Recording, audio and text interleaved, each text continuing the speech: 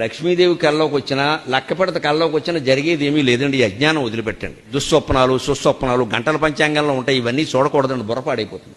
ఈ కళలు బల్లిపాట్లు పిల్లి శకునాలు మన జీవితాన్ని నిర్ణయిస్తామండి. బుద్ధుండి మాట్లాడుతున్నావా? అసలు నీ జీవితాన్ని నువ్వు నిర్ణయించుకోలేవా? మంచి చెడ్డ నీకు తెలియదా? అంత జడ పదార్థానివా? నీకు వచ్చిన కళ, నీకు ఎదురైన మనిషి, పొద్దున్నే ఎవడో తుమ్మిన తుమ్ము, వాడు ఎవడో దగ్గిన దగ్గు నీ జీవితాన్ని నిర్ణయిస్తాయా? అసలు విన్నెముకుందా మనకి? ఎక్కడ శాస్త్రాల్లో లేవు. తర్వాత పుట్టుకొచ్చేయండి ఇవన్నీ వ్యాపారాల కోసం. ఇప్పుడు వాటితో కోట్ల వ్యాపారం జరుగుతుంది. చేతిలో గీతలను బట్టి చెప్పేస్తాడు ప్రతివాడు జాతకం. మీరు చూసుకోండి అమ్మా, కోతి దొరికితే కోతిని చూడండి, కోతికి చేతిలో గీతలు ఉంటాయి, దానికి చెప్పమానండి. ఎందుకు వస్తాయో తెలిసేవి ఇప్పుడు మీకు రుజువు చేయించండి. ఇలా ముడవండి ఒకసారి. ఎక్కడ మీ చెయ్యి ముడుచుకుందో అక్కడే గీతలు ఉంటాయి, గమనించుకోండి. ఆ తల్లి కడుపులో శిశువు ఇలా ముడుచుకుని ఉంటాడండి, ఆ చర్మ నిర్మాణంలో గీతలు ఏర్పడ్డాయి. దాన్ని బట్టి జాతకాలు నిర్ణయిస్తానంటే ఎంత మాయ జరుగుతుందో మీకు అందరికీ తెలుసు.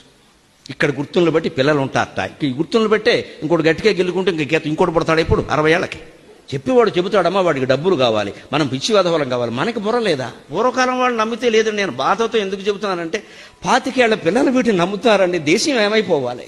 నీ శాస్త్రీయ జ్ఞానం మీద ఈ దేశం అంతా ఆధారపడి ఉందయ్యా ఓ యువతి, ఓ యువక. మీరు నమ్మడం ఏంటి? బుద్ధి ఉందా లేదా? వాళ్ళకే వస్తున్నాయండి ఈ పిచ్చి నమ్మకాలు. వాళ్ళని జరగొట్టేసాం మనం పూర్తిగా.